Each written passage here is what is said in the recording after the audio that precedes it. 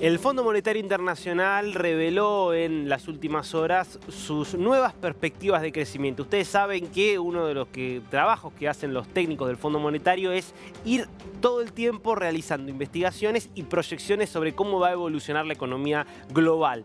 Y cada determinada cantidad de meses actualiza sus proyecciones en función, bueno, de la nueva información disponible. Y en esta actualización mejoró levemente la perspectiva de crecimiento para América Latina en este 2023, que sube de 1.6% del PBI a 1.9%.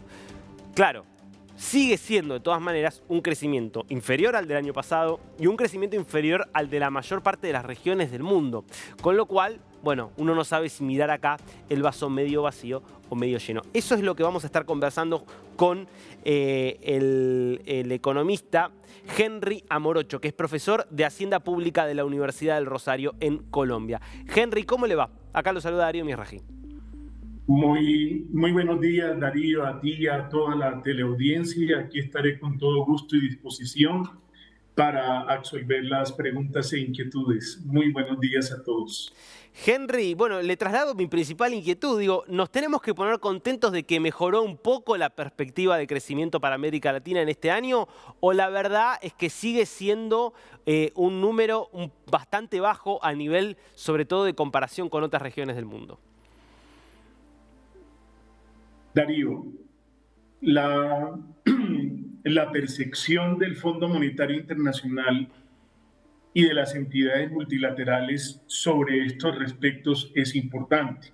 Y mucho más si suben, desde luego subir del 1.6% promedio del PIB al 1.9% del PIB es algo importante. Quiere decir que la región como un todo está obteniendo un poco más de ingresos y eso es bueno tenerlo en cuenta. Lo importante es por qué estarían dándose esos ingresos. Y si esos ingresos se están dando por situaciones en las cuales se estén mejorando las perspectivas de productividad y de producción, es bastante loable.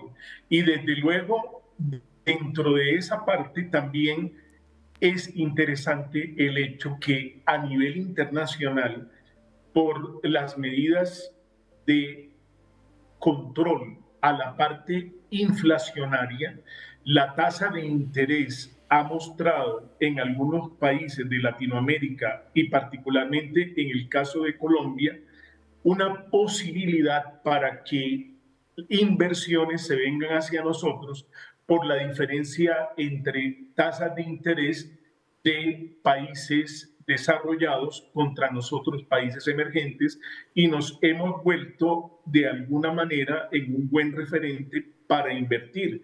De hecho, el caso de Colombia muestra un resultado, Darío, en el que la producción no venía creciendo igual, pero resulta que la parte de inversiones ha sido importante por ese diferencial de tasa de interés o el carry trade que se conoce a nivel internacional. Entonces, esto ha servido en el momento como un catalizador de recepción de inversiones que también le producen ingresos nuevos a la economía y también generan en la fila de la productividad, desde luego, y la medición del Producto Interno Bruto, una oportunidad. Yo creo que en parte este crecimiento de las expectativas que se dan en el crecimiento del fondo pueden estar debido a estas dos circunstancias. Algunos países que vienen mejorando su productividad en Latinoamérica, como pueden ser México, Perú, Colombia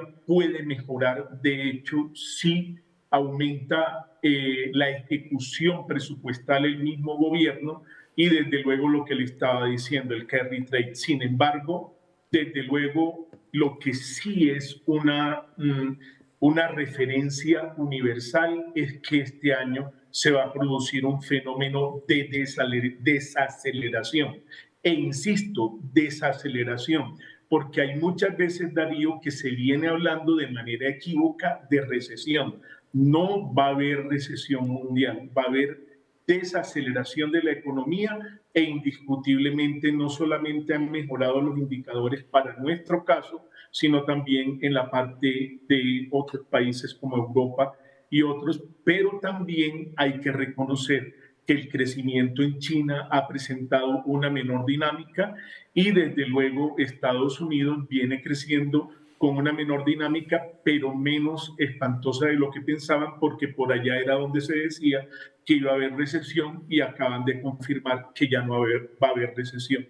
Yo le contestaría la pregunta de esa manera, Darío. Claro.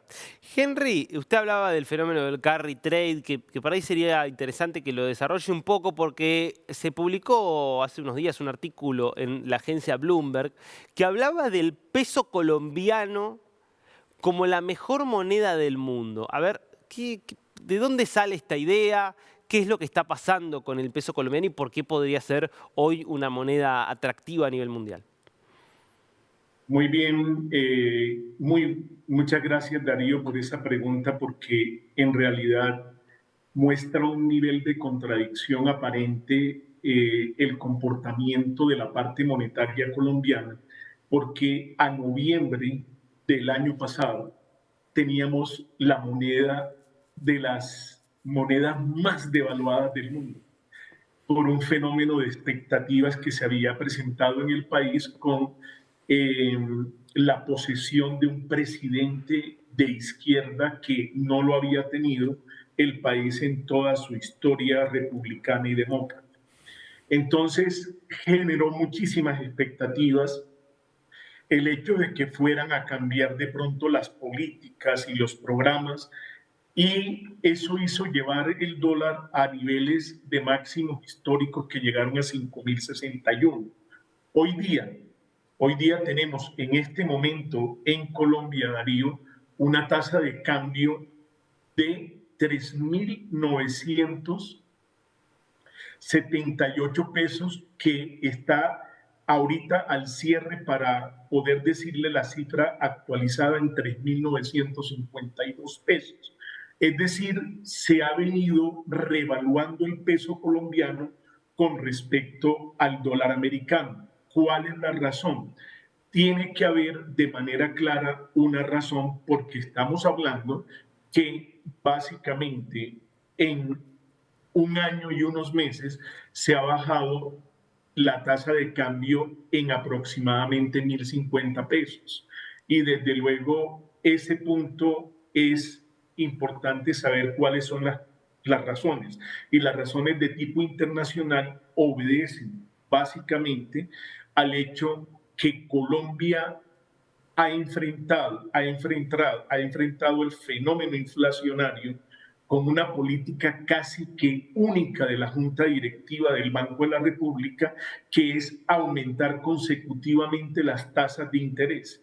Esas tasas de interés se aumentaron tanto entre julio del año pasado y julio de este año, es decir, tenemos un año en el que las tasas se aumentaron en aproximadamente el 650% para corregir un problema inflacionario que iba corriendo y de hecho tuvo inflación del 13 hasta hace unos días y ha bajado ahorita un 1%. De hecho, en el país hay algunas críticas con respecto a eso, que ha sido mucho el sacrificio del aumento de la tasa de interés para la poca respuesta de la baja de la inflación, pero resulta que en economía también todo tiene su contrapartida y el beneficio de unos son los costos de otros. Entonces, mientras los costos es que la inflación no ha bajado lo suficiente porque las tasas de interés altas por la vía de los costos de producción Claro. no permiten subir el emprendimiento